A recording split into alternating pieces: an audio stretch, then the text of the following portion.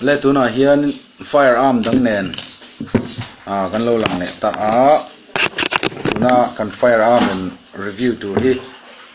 Ishapore Rifle Factory India Siam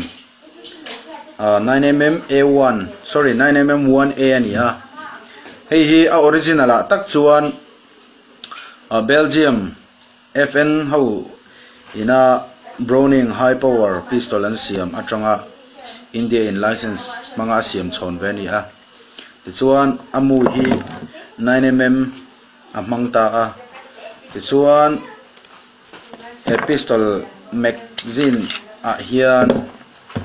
9mm mu hi som pathum aleng ani amaro chu som pathum leng ma se tlang puin som thun thin hi thabera chu kan suggest ai nge kan recommend do a achan choi mi spring hi a cheve thei tlat mai ni chu wang chon som thun zel hi a tha a AK a te po AK47 a te po som thum pathum vel leng ma se mu som thum thun zel ani tlang pui ang do hian he pistol a hian mu som vel thun hi a tha do berani ti chuan 9mm 1A India siam pistol hi India tilwa chon Nepal pon mang ve a ti chuan effective range hemi effective range sa po avaka thuizong ni lovin aka thuizong takhe chu ka phla ve takani a mase ngil taka silai mu ding taka nge a hlom chin ti mayang effective taka ka thei chu metal somnga ania thui vak lo khom mal pistol ho hi a barrel te a toy do boka mase indo pui pani level te khan high Browning high power pistol hemi u hani chu an siam chon na pistol te kha lo tangkai ema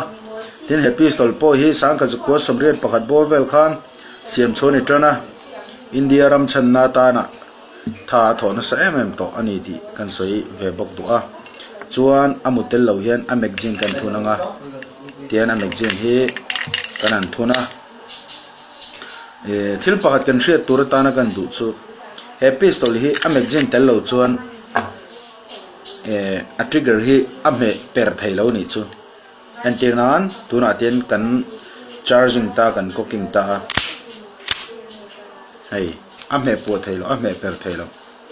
mase magazine thun che khan ame per thei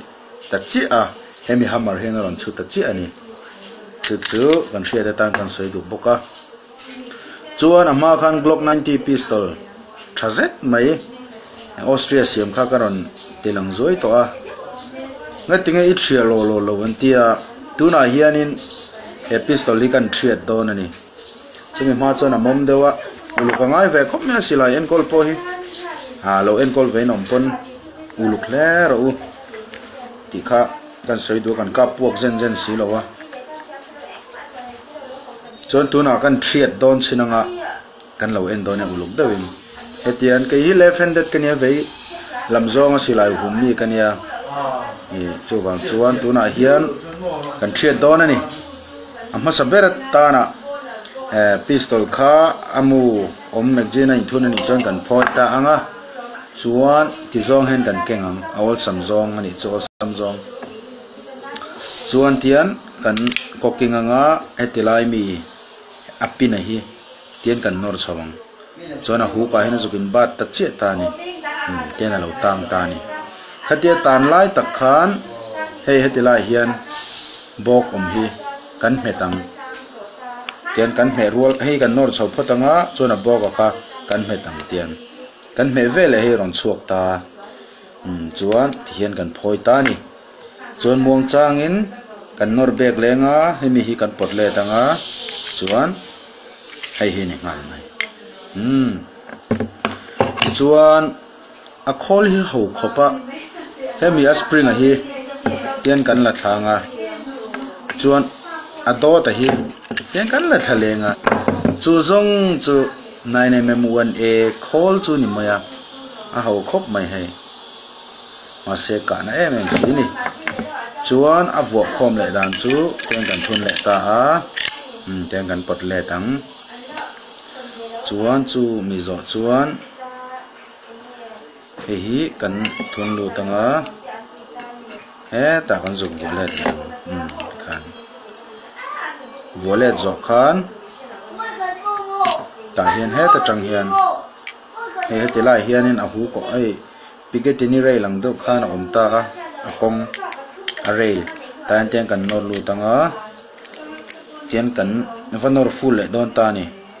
ta chuan he kan lock le ang ti hian kan lock so le ang a lo tang ta chumi dot chia chuan he hi kan vua don ta ni tian kan met lu top ta ni chuan ato berata na chuan he hi kan potla tuna ilo enang